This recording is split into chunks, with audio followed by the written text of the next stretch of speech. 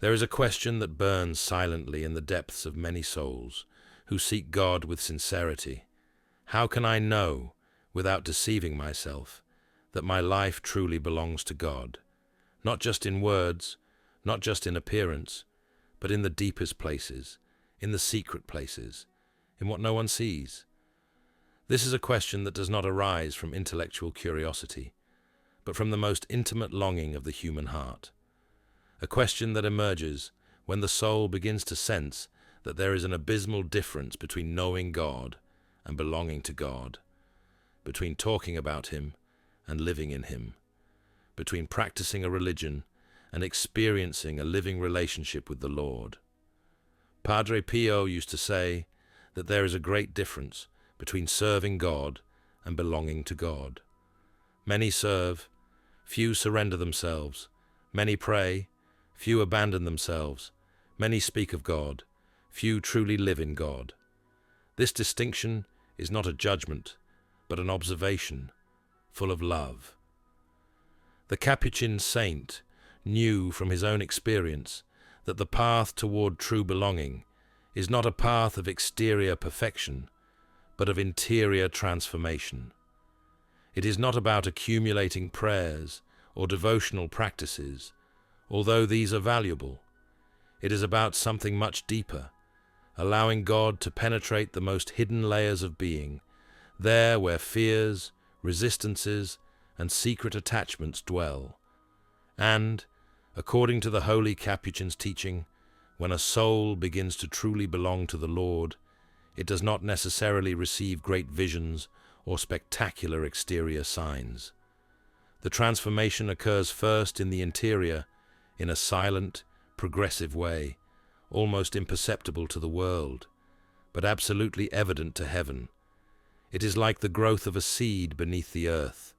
No one sees it, no one applauds, no one documents the process. But when it finally sprouts, everyone recognizes that something real has happened. In the same way, the soul that belongs to God carries within itself a new life that manifests itself not in grandiose words, but in concrete attitudes, in transformed reactions, in a peace that the world cannot give or take away. Padre Pio explained that God Himself marks the soul with certain unmistakable signs, not as rewards, but as natural consequences of an authentic union. They are profound transformations that reveal that the heart no longer belongs to itself, but to Christ. Today, we will speak of 5 of those interior signs, taught by Padre Pio in the spiritual direction of thousands of souls. 5 traces that indicate that a person no longer lives for themselves, but for God. First sign, the radical change in how one views suffering. The first of these signs is the radical change in how one views suffering. While the soul belongs to itself, pain is always seen as an enemy, something to avoid, something unjust, something that gets in the way, something that ruins peace. The person fights against pain with all their strength, and when they fail to eliminate it, they fill themselves with complaints, questions, and bitterness. This rejection of suffering is natural in the human being. No one seeks pain for pain's sake. But when one lives solely from the human perspective, suffering becomes something meaningless, a violent interruption of what should be a happy and comfortable life. The soul then rebels, closes itself off, hardens. But when the soul begins to belong to God, a mysterious shift occurs, not because it stops hurting, not because it becomes insensitive, but because suffering acquires a completely new meaning. Padre Pio taught that suffering, united with Christ, ceases to be punishment and becomes language, a secret language between God and the soul. He said that Jesus does not measure love by feelings, nor by words, nor even by spiritual consolations. The true thermometer of love is the capacity to accept the cross without losing confidence. When a soul belongs to God, it no longer constantly asks, "Why is this happening to me?" It begins to ask, "For whom can I offer this?" That small change reveals a great interior revolution. The soul no longer places itself at the center. It places God at the center. And by placing God at the center, everything acquires a new meaning. The suffering that before seemed absurd now reveals itself as a mystery of love. It is not that pain is good in itself, but that God can transform it into an instrument of redemption, into a seed of new life. Padre Pio affirmed that one of the clearest signs of belonging is when a person, in the midst of pain, preserves a foundation of peace. They may cry, they may feel weak, they may be tired, but deep down there is a silent certainty. God is here, and that certainty is not born of reasoning, but of union. The soul begins to understand that each permitted cross is an opportunity to love in a purer way. Not a sentimental love, but a crucified love. Padre Pio said, "True love is proven when it costs something." If a person begins to accept humiliations without seeking revenge, illnesses without despairing, contradictions without hardening their heart, it is a powerful sign that God is working deeply. It does not mean perfection, it means direction. The soul has not reached the goal, but it is on the right path. It still stumbles, still struggles, still feels the weight of the cross, but it no longer walks alone. It no longer carries the weight from its own strength. It has learned to lean on another. Second sign, the birth of a deep love for interior silence. The second sign is the birth of a deep love for interior silence. It is not simply about talking less. It is about needing less noise. The soul that belongs to God begins to experience a kind of spiritual weariness in the face of superficiality, useless chatter, sterile discussions, constant curiosity. Not out of contempt for others, but because it has discovered a sweeter presence. In a world that flees from silence, that fears being alone with itself, that fills every empty space with entertainment, music, conversations without depth, the soul that belongs to God feels an increasingly greater attraction toward recollection. Padre Pio explained that God speaks above all in silence, not always with words, but with interior lights, with gentle movements of the heart, with intuitions filled with peace. When the soul begins to belong to the Lord, it develops a new sensitivity. It perceives when something disturbs that presence. That is why many people, as they grow spiritually, feel a spontaneous desire for recollection. They seek small spaces of solitude. They enjoy being alone with God, even when they don't know what to say to Him. This silence is not passivity. It is attention. It is openness. It is availability. The soul learns to be present, to listen not only with the ears, but with its entire being. It learns that it is not always necessary to speak to communicate with God. Sometimes it is enough to be, to remain, to open the heart. Padre Pio affirmed that an hour spent in silence with God is worth more than many hours of human conversations. The soul begins to understand that it does not need to be constantly entertained. It learns to remain. It learns to be. It learns to inhabit its interior. This silence is not emptiness. It is fullness. When a person no longer feels uncomfortable being alone with themselves and with God, it is a clear sign of belonging.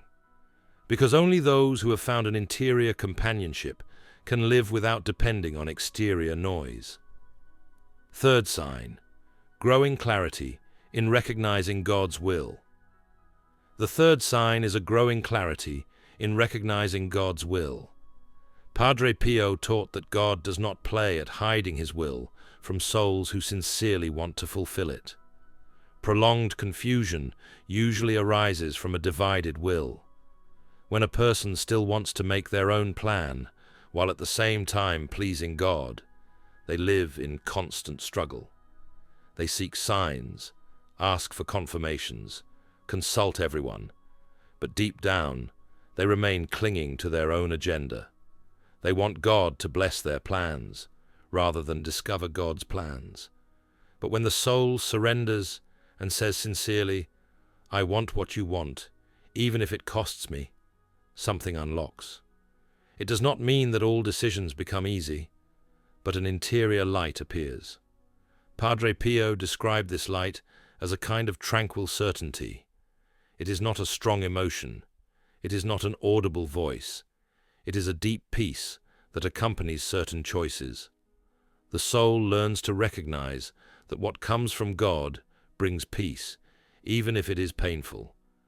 And what does not come from God brings unrest, even if it seems attractive. This discernment is not the fruit of theological studies, but of purity of intention. Padre Pio said, "When you seek only to please God, He takes charge of guiding you." That is why the soul that belongs to God stops obsessing over analyzing everything. It consults, reflects, prays, but then it abandons itself and trusts. The person no longer lives paralyzed by the fear of making mistakes, because they know that God corrects, straightens, redirects. They know that God is a loving Father, not an implacable judge, that even in mistakes made with good intention, He can write straight on crooked lines. They prefer to take a step with humility rather than remain immobile out of pride.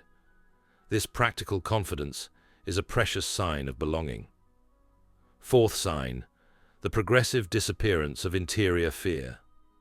The fourth sign is the progressive disappearance of interior fear. Not all human emotions disappear. Nervousness does not disappear. Sensitivity does not disappear. But the fear that destroys disappears. The fear of not being loved. The fear of not being forgiven. The fear of not being enough. These deep fears, born of ancient wounds, past rejections, the sensation of not measuring up, begin to dissolve when the soul discovers the fundamental truth of its existence. It is unconditionally loved. Padre Pio tirelessly repeated that the greatest wound to the heart of Jesus is not sin, but distrust. When a soul belongs to God, it understands that its relationship with Him is not based on merits, but on mercy. This does not lead to libertinism. It leads to humility. The soul stops being so surprised by its falls and begins to be more surprised by God's love. When it falls, it no longer spends hours reproaching itself. It runs toward God. Its prayer becomes simple. Jesus, help me. Jesus, I trust in you. Jesus, I am weak, but you are strong. Padre Pio said that the demon rejoices more when he sees a discouraged soul than when he sees a soul that has fallen, because the discouraged soul stops trusting. It closes in on itself. It becomes paralyzed in guilt, and in that paralysis, it distances itself more and more from God. The soul that belongs to God may suffer for its sins, but it does not sink into them. It cries, yes. It repents, yes. It confesses, yes. But then it keeps walking.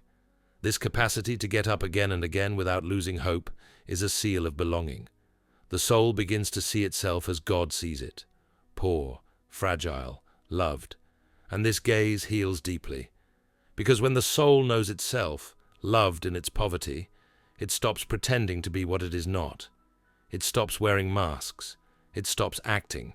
It can be authentic before God, and that authenticity is the beginning of true freedom. Fifth sign, the transformation of how one loves others. The fifth sign is the transformation of how one loves others. Before, the person loves when they feel loved. They love when they are treated well. They love when it is convenient. When the soul belongs to God, it begins to love in another way, not because others have changed, but because their heart has changed. Padre Pio said that the real thermometer of spiritual life is not how much you pray, but how you treat others. The transformed soul begins to see people as souls, not just as characters. It begins to intuit that behind each difficult attitude there is a story, a wound, a struggle, that the person who is rude today may be suffering, that whoever seems closed may be afraid, that whoever attacks may feel attacked by life. This does not mean justifying evil. It means not responding to evil with evil. The soul begins to consciously choose mercy, not always with feelings, often with the will. It forgives even when it doesn't feel like it. It helps even when tired. It remains silent even when it could defend itself. Padre Pio taught that each act of hidden love has immense value before God. A smile offered when it hurts, a silence kept when blood is boiling, a service done without anyone noticing. These small things are eternal treasures. The soul no longer seeks to be seen. It seeks to please God. And this purity of intention is a very clear sign of belonging. When a person begins to worry more about being faithful than about being recognized, something great is happening. The freedom of the children of God is being born in them, who do not live for human approval, but for the love of the Father. The path of transformation. These 5 signs do not all appear at once. They are the fruit of a process. Padre Pio warned that authentic spiritual life is a slow death of the ego, dying to the desire for control, dying to the desire to always be right, dying to the desire to be admired, and being born to a life hidden in God. This path is not comfortable, but it is profoundly liberating, because little by little the soul stops carrying the weight of having to sustain everything. It stops believing that everything depends on it. It stops living in the constant tension of having to prove something, of having to measure up, of having to control every outcome. It begins to rest in God. And here a marvelous truth that Padre Pio repeated is fulfilled. A soul that trusts in God is the happiest soul in the world, not because it has fewer problems, but because it no longer faces them alone. An invitation for everyone. If upon hearing these words you feel an interior desire to belong more to God, that desire is already a grace. God does not awaken hungers that he does not want to satisfy. It is not about making great promises. It is about small daily acts, saying each morning, "Lord, today I want to live for you," accepting with love what you cannot change, firmly rejecting what distances you from God, beginning again when you fall. Belonging to God is not a goal reserved for a few mystics. It is an invitation for everyone. God does not seek perfect souls. He seeks available souls. Souls that say yes, even though they tremble. Souls that rise even though they have fallen 1,000 times. Souls that trust, even though they don't understand. Souls that love, even though it costs. If today, in the depths of your heart, you can say, "Lord, I am not perfect, but I want to be yours," you have already taken an enormous step. And that step, though the world does not see it, makes heaven tremble. Because when a soul surrenders, God comes forward with his mercy, and silently begins the greatest work of all, transforming a human heart into his dwelling place.